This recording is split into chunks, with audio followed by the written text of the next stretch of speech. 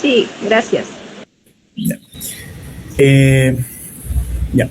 Buenas tardes, doctora. Buenas tardes, compañeros. En este caso, los integrantes, el alumno Bernal John y la alumna Cabrera Cruz, vamos a exponer lo que vendría a ser las generalidades de la anemia y la anemia por trastorno crónico.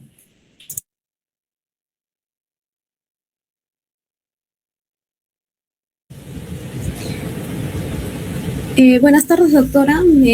Vamos a continuar la exposición, empezando a definir lo que es la anemia, ¿no? La anemia en sí no lo vamos a detectar como un concepto de una enfermedad, sino más bien como un estado clínico que se empieza a caracterizar en este caso por la disminución de la hemoglobina, ¿no? El hematocrito o el recuento eritrocitario, ¿no? Esta reducción en sí se ajusta básicamente siempre, ya sea a la edad, al sexo y a la altitud del paciente. Y tiene una consecuencia en este caso fisiopatológica directa, ya que en este caso va a haber la limitación en el transporte del oxígeno, ¿no? Lo que va a derivar en sí a una hipoxia tisular. Aquí viendo esta imagen, analizando la estructura molecular, vemos que cada glóbulo rojo va a contener cientos de moléculas, en este caso de hemoglobina, ¿no? Que es la proteína en sí compleja donde el oxígeno se empieza a fijar específicamente al grupo hemo. Y es aquí justamente lo que garantiza la vitalidad, en este caso celular, para lo que va a necesitar nuestro organismo, ¿no? Para el diagnóstico, en este caso certero, nos empezamos a basar dentro de esos valores vigentes de la OMS entre los años, ¿no? Que es 2024-2025, en los cuales se establece un rango específico tanto para hombres, para mujeres, gestantes y niños, los cuales estos valores nos permiten a nosotros poder determinar la gravedad del cuadro y el manejo también a seguir en cada paciente. También para poder comprender en sí por qué falla este sistema, debemos poder observar también el ciclo de vida de los glóbulos rojos, ¿no? El eritrocito en sí va a tener una vida media de aproximadamente 120 días y su origen está dentro de la médula ósea roja, ¿no? Mediante lo que es la eritropoiesis, que es el proceso regulado en sí por la hormona de la eritropoyetina, producida en el riñón, ¿no? Al final de su vida, el eritrocito es degradado por los macrófagos. Aquí es donde la hemoglobina se empieza a descomponer, ¿no? El hierro, en este caso, se recicla para nueva síntesis, mientras que el grupo hemo, en este caso, se va a transformar en biliverdina y luego bilirrubina. Y esta última es procesada en este caso por el hígado, ¿no? Que es secretada al intestino y excretada también como estercobilina, ya sea en las heces o también en la orina. ¿Qué quiere decir esto? Que cualquier alteración en este caso que pueda haber dentro de este ciclo, ya sea una síntesis o ya sea una degradación, todo esto nos conduce a un mecanismo etiológico de esta enfermedad. Hablando de la etiología, lo clasificamos en sí la anemia en tres mecanismos principales, ¿no? Primero, es la disminución de la producción, en este caso, donde vamos a ver que va a haber la médula ósea, en este caso, va a ser incapaz de poder generar suficientes células debido ya sea a la deficiencia de hierro, que es la microcítica, las deficiencias también de vitamina B12, que es la macrocítica, o por fallas también medulares. También en el segundo tenemos el aumento de la destrucción o la hemólisis, donde vamos a ver que en este caso el eritrocito muere de manera prematura, manifestándose en signos de ictericia, esplenomegalia, y en el tercero vamos a ver también la pérdida sanguínea, que puede ser aguda por trauma o crónica, en este caso ya sea por sangrados digestivos o menstruales. Finalmente también tenemos al costado el lado de la epidemiología, el cual en nuestro país enfrentamos también dentro de lo que es salud pública una prevalencia nacional de 40.1% en niños menores de 3 años. Dentro del mapa epidemiológico que podemos ver, encontramos cifras que son alarmantes. En departamentos, por ejemplo, uno de los que destaca y es Puno, con un 69.9%, Cusco y también Huancavelica, ¿no? Donde vamos a ver que la anemia alcanza niveles altos y desde este panorama podemos ver que se ha exacerbado, ¿no? Ya sea por factores de riesgos, en este caso, que son la desnutrición, el parasitismo y las limitaciones también socioeconómicas, que son factores que se debe abordar desde una perspectiva médica integral para poder revertir este impacto en la salud poblacional. Siguiente, por favor. También tenemos lo que son las manifestaciones clínicas de la anemia, ¿no? Y vamos a verlo desde un mecanismo central, que es la hipoxia tisular, ¿no?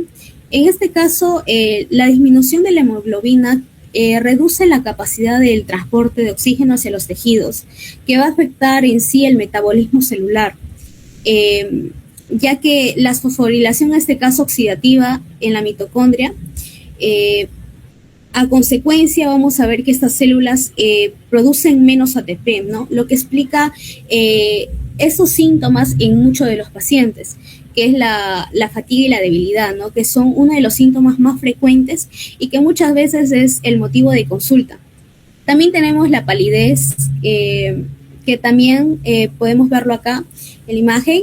No solo se debe en sí a la disminución de la hemoglobina, ¿no? Sino también a la vasoconstricción periférica compensatoria, donde vemos que aquí el organismo prioriza el flujo sanguíneo hacia órganos vitales, ya sea como el órgano y como el cerebro y también como el corazón. Y esto es un dato importante dentro del examen físico, porque es donde evaluamos también la palidez tanto en conjuntivas, en el lecho ungueal y también en las palmas, ¿no? La disnea tiene un doble mecanismo, se puede decir, ya que por un lado la hipoxia en este caso estimula los quimiorreceptores periféricos, aumentando en este caso la frecuencia respiratoria, mientras que en otros casos más avanzados existe ya un compromiso cardiovascular, ¿no? Que va a contribuir a que el paciente pueda sentir esa sensación de falta de aire. También tenemos los mareos y las cefaleas que se explican mediante una hipoxia cerebral. Y en casos severos estos pueden aparecer alteraciones perjudicando la concentración, pacientes que pueden sentir la somnolencia o incluso el síncope. Desde el punto de vista clínico es importante poder diferenciar también una anemia aguda y crónica, ¿no? En este caso, los síntomas de la anemia aguda pueden ser un poco más intensos porque el organismo no está teniendo tiempo de poder adaptarse. A diferencia de una anemia crónica, es que los mecanismos ya compensatorios se han desarrollado por el tiempo, por lo que el paciente en este caso empieza a tolerar esos niveles bajos de hemoglobina con menos síntomas evidentes, ¿no? Dentro de la parte del impacto cardiovascular, que es uno de los más importantes, vemos que el corazón responde a la hipoxia aumentando el gasto cardíaco, ¿no? Para poder mantener esa entrega del oxígeno para los tejidos. Recordando que en este caso el transporte del oxígeno va a depender de la fórmula del contenido de oxígeno arterial por el gasto cardíaco. Al disminuir la hemoglobina, el cuerpo compensa aumentando el flujo sanguíneo. Un momento, por favor.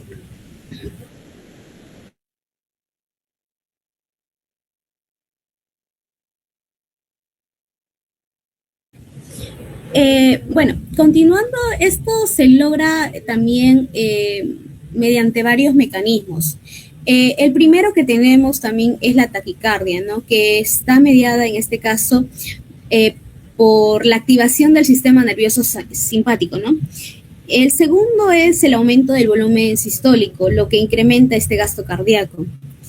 También ocurre la vasodilatación periférica, que se da para poder facilitar en este caso la entrega de oxígeno, lo que reduce la resistencia vascular sistémica.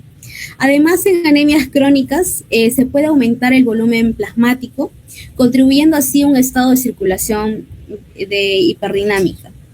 Entonces, estos cambios explican muchas veces en las manifestaciones que van a presentar los pacientes, ¿no? Que son palpitaciones, la taquicardia, soplos funcionales. Especialmente uno de ellos es el soplo sistólico, ¿no? Por el aumento de flujo y la disnea también de esfuerzo. Ya en fases avanzadas se puede ver que en pacientes aparece la cardiomegalia, ¿no? Que es visible ya mediante estudios de imagen debido a la sobrecarga crónica, en este caso, que ha tenido el corazón. Dentro de lo que he considerado del sistema cardiovascular, estamos viendo también la insuficiencia cardíaca de alto gasto, que a diferencia de una insuficiencia cardíaca clásica, aquí el problema no es que el corazón esté bombeando poco, sino que a pesar que puede bombear más, no llega a cubrir las demandas metabólicas del organismo, debido a que hay una baja capacidad en este caso de poder transportar el oxígeno. Y esto es una característica también típica de anemias severas o prolongadas. Dentro de lo que vienen a ser las complicaciones, se menciona también a la isquemia miocárdica, ¿no? Que es especialmente en adultos mayores o en pacientes con enfermedad coronaria. Esto ocurre porque el corazón empieza a trabajar más y hay un aumento también de su consumo de oxígeno, pero al mismo tiempo recibe menos oxígeno por la anemia, generando así un desbalance o un desequilibrio. En la imagen que tenemos también vemos una interrelación entre la anemia y la insuficiencia cardíaca, ¿no? Vemos que la anemia empieza a generar una hipoxia, lo que empieza a activar mecanismos compensatorios, como el sistema de renina-angiotensina-aldosterona y el sistema simpático, los cuales producen esa retención de sodio y agua, aumentando el volumen plasmático y la mayor carga para el corazón. Esto crea en sí un vínculo vicioso porque puede terminar todo esto en lo que es la falla cardíaca. Desde un enfoque clínico, esto tiene implicancias importantes, ¿no? Porque ya que en el examen nosotros físico debemos buscar estos signos que se han mencionado, ¿no? Que son la taquicardia, el soplo, la palidez, el llenado capilar lento, los signos de insuficiencia cardíaca en casos avanzados. Y ya en laboratorio podemos poder corregir, ¿no? O correlacionarnos ya los niveles de hemoglobina, de hematocritos o parámetros en este caso como el volumen corpuscular medio. Y en el manejo no solo tratar la anemia, sino también poder prevenirla y controlarla mediante, ya con las complicaciones cardiovasculares en este caso. Siguiente. En cuanto a la piel, el signo más característico es la palidez cutánea, ¿no? Que se observa especialmente en las zonas donde la vascularización es más evidente, que por ejemplo es la cara, las palmas de las manos y los lechos ungueales. Fisiopatológicamente vamos a ver que esto se debe a la disminución de la hemoglobina, como también a la vasoconstricción periférica. Dentro de lo que viene a ser la clínica, vamos a ver la evaluación de la palidez conjuntival en uno de los métodos más utilizados para sospechar este tipo de anemia, que es una de las técnicas un poco más rápidas. Respecto a las faneras, incluyen uñas, cabello, y se observan cambios importantes, por ejemplo, en anemias crónicas, especialmente en una anemia ferropénica. Vamos a ver que en este caso las uñas pueden volverse frágiles o quebradizas, o incluso también adoptar ciertas formas cóncavas que son características, ¿no? de esta patología, ¿no? Y este hallazgo en este caso es altamente sugestivo, ya que hay una deficiencia de hierro. Además, también hay pacientes que pueden presentar la caída del cabello, lo cual también explica que hay una alteración dentro de lo que es la proliferación celular de los folículos pilosos, debido a que hay poca oxigenación y también no hay nutrientes esenciales, ¿no? En relación a lo que es mucosas, se muestran alteraciones importantes también, la palidez de las mucosas orales y conjuntivales, que también es un signo muy importante dentro de la evaluación clínica. Además, pueden aparecer también lesiones, ¿no? Como en este caso la glotis, donde la lengua en este caso se observa roja, un poco lisa y también dolorosa, debido a que se ha atrofiado en este caso las papilas linguales.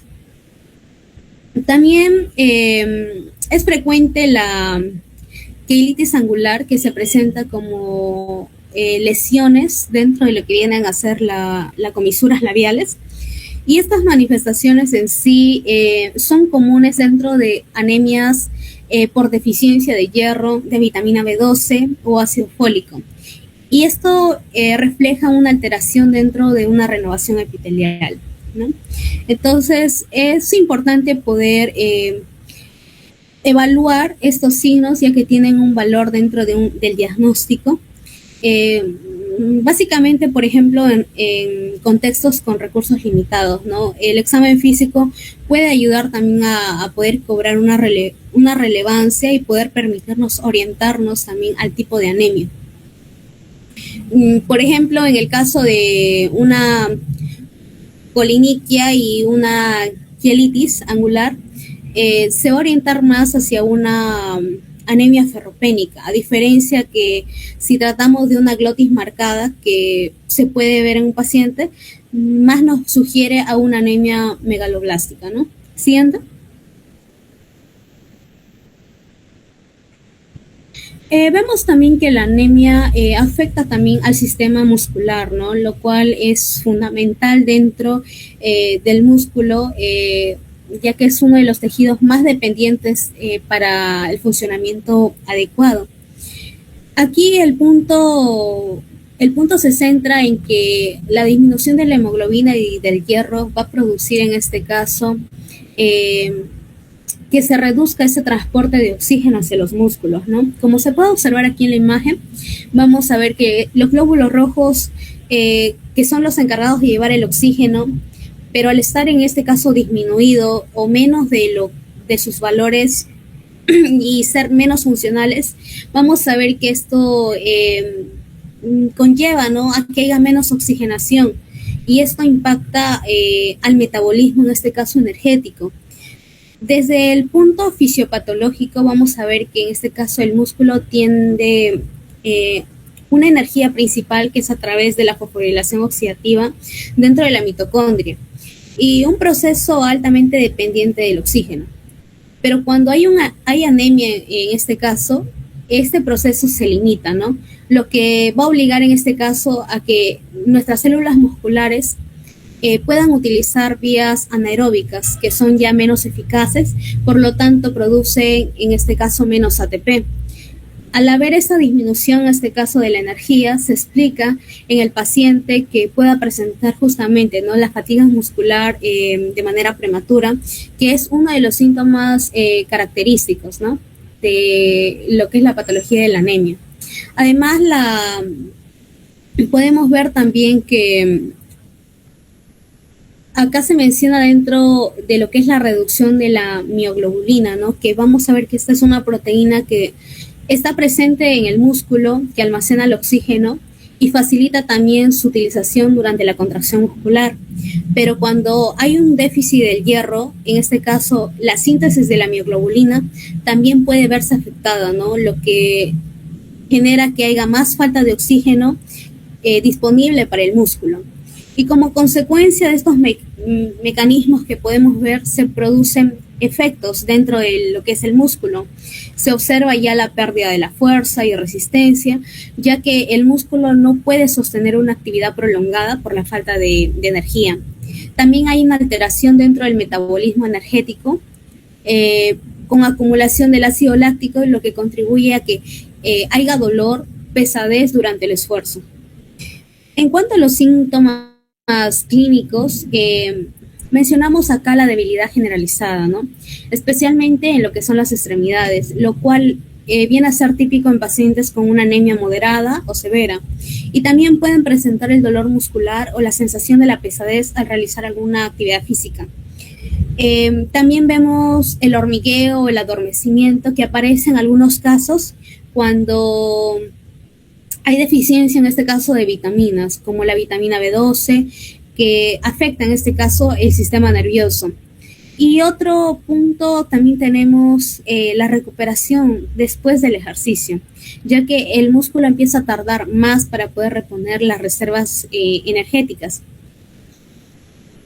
Dentro del punto clínico, estos síntomas pueden confundirse muchas veces con enfermedades neuromusculares, ¿no? Por lo que siempre se debe considerar la anemia como una causa subyacente, ya que especialmente en pacientes que tengan una fatiga ya crónica. También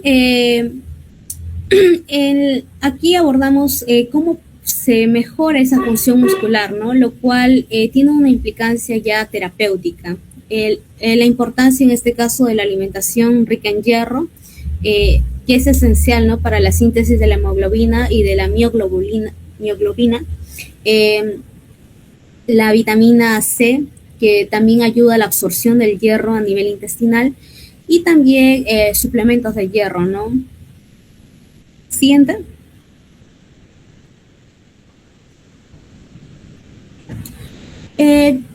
Continuando también con lo que es dentro del sistema, en este caso nervioso, cómo es el impacto de la anemia en el sistema nervioso, también hay una reducción en este caso, ¿no? del aporte de oxígeno al cerebro, que es un órgano con una alta tasa, en este caso metabólica, y es extremadamente sensible a lo que es una hipoxia, ¿no?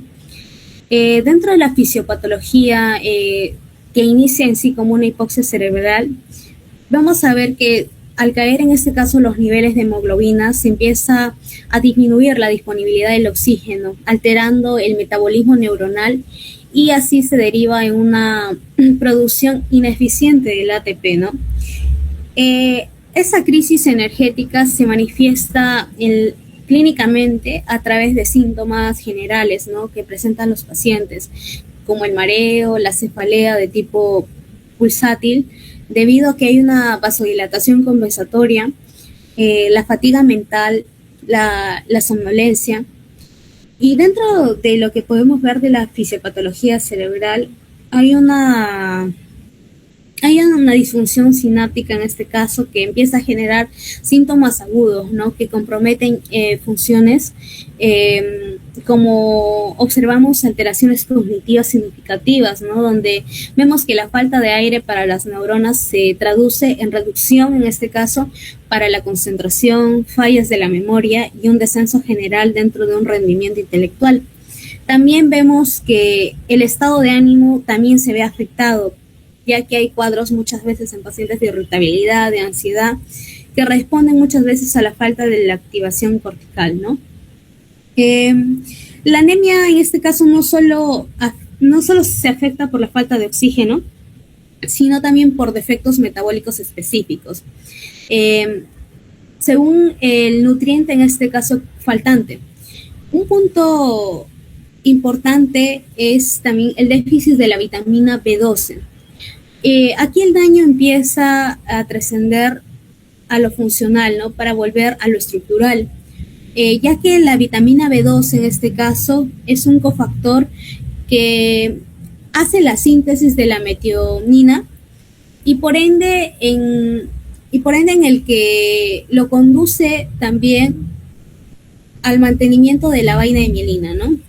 Pero cuando hay una ausencia, se empieza a provocar la degeneración de la mielina, produciendo así las neuropatías periféricas, ¿no? El paciente refiere ya parestesis, la pérdida del equilibrio y una marcada dificultad también para caminar. Síntomas que, de no ser revertidos a tiempo, pueden consolidarse como un daño ya neurológico permanente, ¿no? Por otro lado, también tenemos el déficit de hierro, que juega un rol metabólico que es propio ya del sistema, en este caso nervioso, ¿no?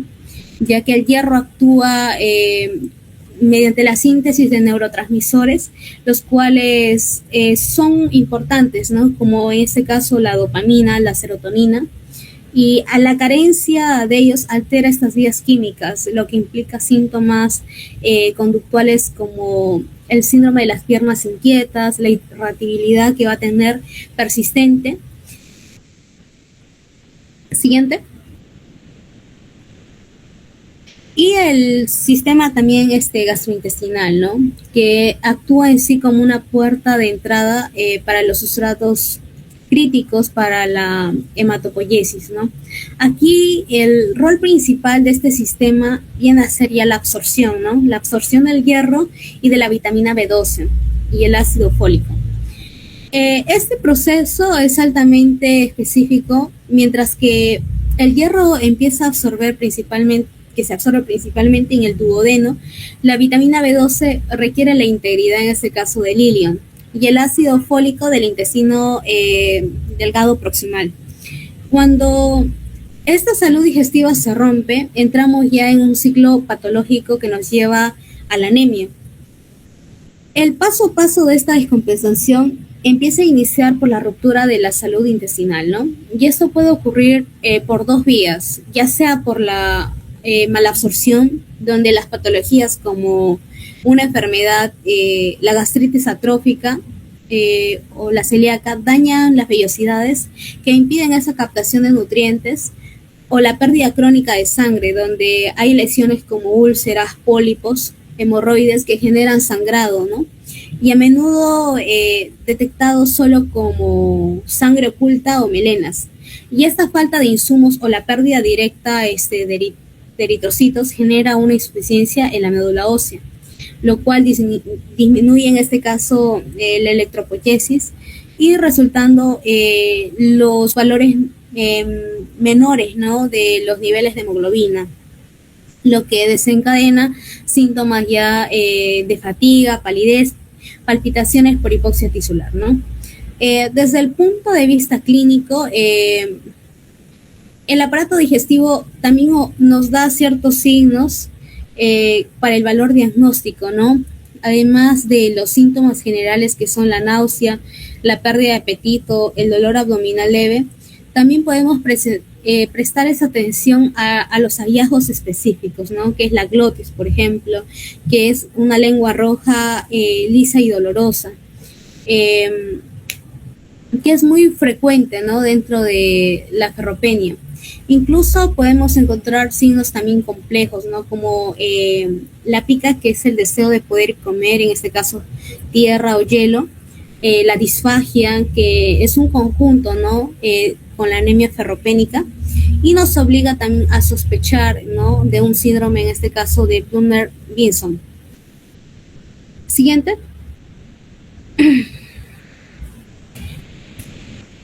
Siguiente.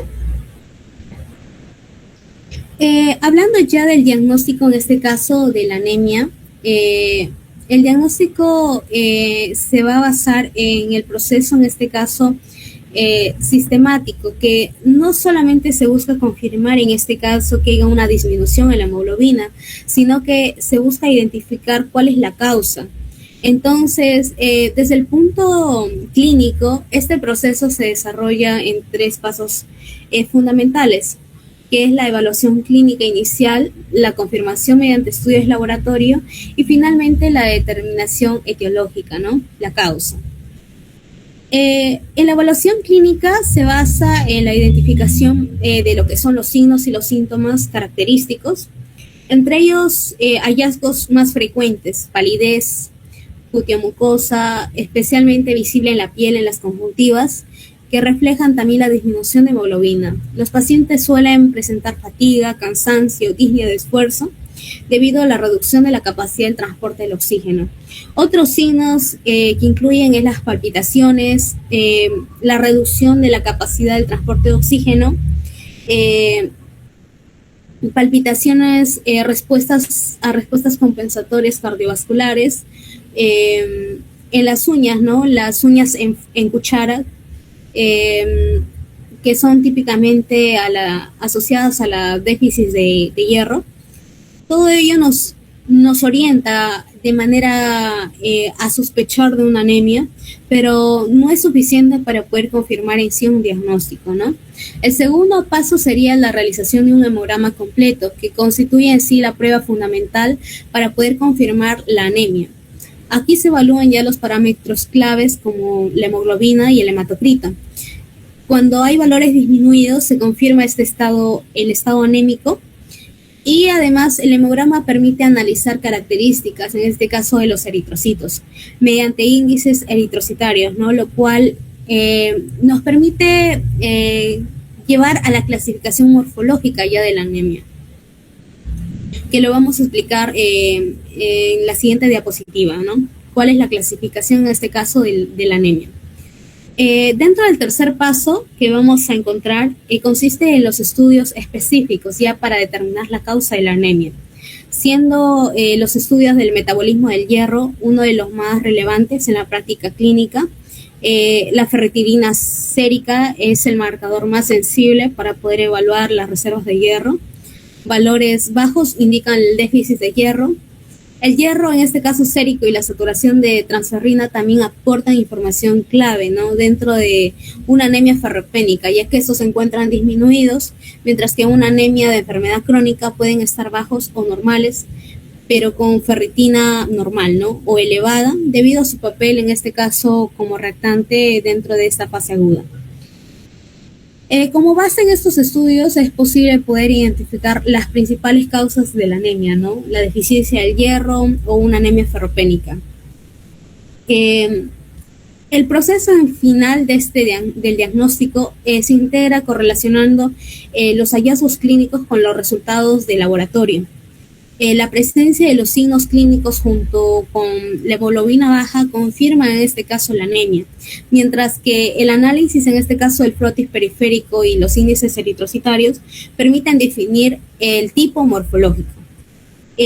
Los estudios específicos en este caso ya permiten establecer la causa, lo cual es fundamental para dar el tratamiento adecuado al paciente. Siguiente.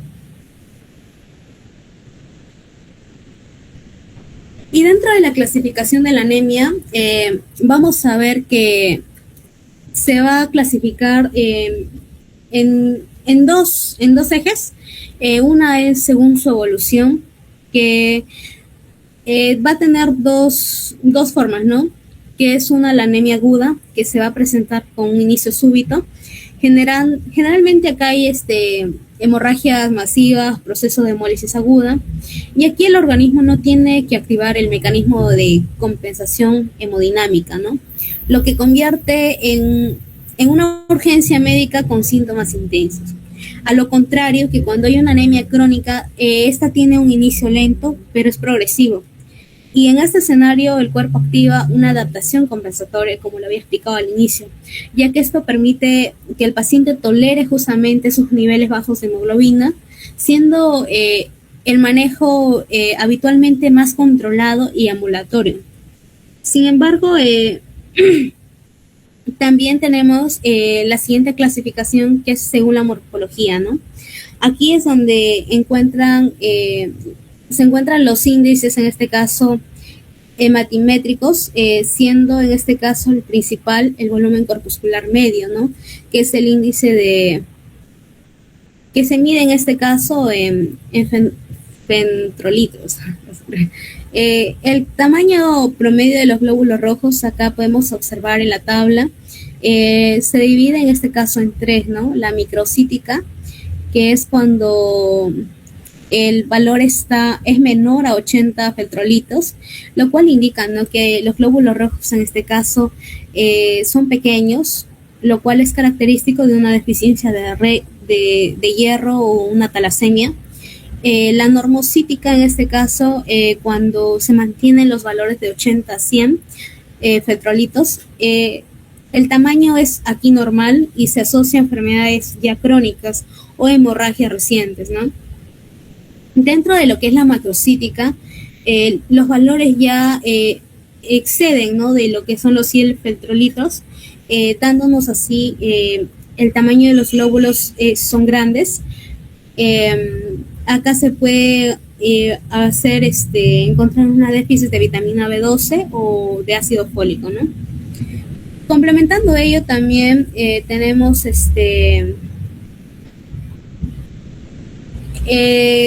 Tenemos también cuando hablamos en este caso de una hipocromía, ¿no? Que visualmente se traduce en esa palidez central que se ve muchas veces. Y si el valor es normal, ¿no? De 28 a 32, hablamos de una normocromía. Y si es elevado, de una hipercromía, ¿no? Incluso podemos referirnos también a la concentración de hemoglobina corpuscular media para poder evaluar lo que es la saturación de la hemoglobina en relación al volumen celular. Siguiente.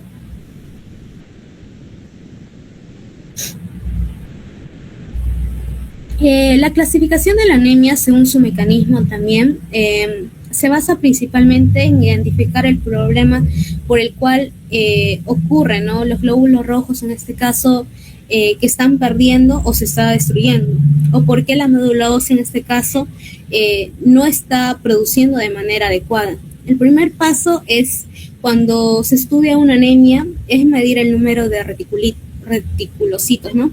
Que son los glóbulos rojos jóvenes que están recién formándose, que salen en este caso de la médula ósea hacia la sangre. Entonces, estos reticulocitos permiten saber si la médula está respondiendo correctamente frente a la anemia o si está fallando en su función de poder producir nuevas células sanguíneas. Cuando el recuento de estos reticulocitos está alto, mayor al 2%, se habla de anemias regenerativas periféricas, lo que significa que ya la médula ósea está funcionando adecuadamente y produce gran cantidad de glóbulos rojos nuevos que pueden compensar una pérdida o una destrucción que puede ocurrir dentro de ella. En este caso, el problema no está tanto en cuánto produzca, sino en que los glóbulos rojos se puedan destruir con mayor rapidez a lo normal. Y una de las causas principales de este tipo de anemia es una hemorragia aguda, ¿no? Que consiste en la pérdida rápida de sangre en situaciones como un traumatismo, en cirugías, en sangrados digestivos o accidentes. Y cuando ocurre exactamente una hemorragia, el organismo detecta una disminución justamente de volumen sanguíneo, lo cual se emite señales a la médula ósea para que aumente la producción de glóbulos rojos, lo que genera así el aumento del número de reticulocitos en la sangre. Otra causa también tenemos la hemodiálisis. Y por otro lado tenemos cuando el reencuentro de los reticulocitos está bajo o dentro de los valores normales menores al 2%, tenemos las anemias regenerativas o centrales, que indican en este caso que la médula ósea no está produciendo suficientes glóbulos rojos y por lo tanto el problema se encuentra en el proceso de producción, ¿no? Una de las causas más frecuentes de esto es la deficiencia de nutrientes, la infiltración medular, la falta de la eritropoyetina o también las enfermedades crónicas, ¿no? Que pueden causar anemias regenerativas debido a que hay un proceso ya inflamatorio de largo tiempo que interfiere justamente en la producción de estos glóbulos rojos y con el aprovechamiento adecuado en este caso del hierro para el organismo, ¿no? Siguiente. Ya basándonos en el tratamiento de la anemia, va a depender del tipo específico que pueda tener el paciente, ¿no? Primero, en este caso, se identificaba la causa y luego se administra lo que es el fármaco o el procedimiento adecuado según el mecanismo, en este caso, de la anemia, ¿no? Ya que también hay una clasificación dentro de los tipos de anemia, que por ejemplo en la anemia ferropénica, ¿no? Que es causada la déficit del hierro. El tratamiento principal consiste en el hierro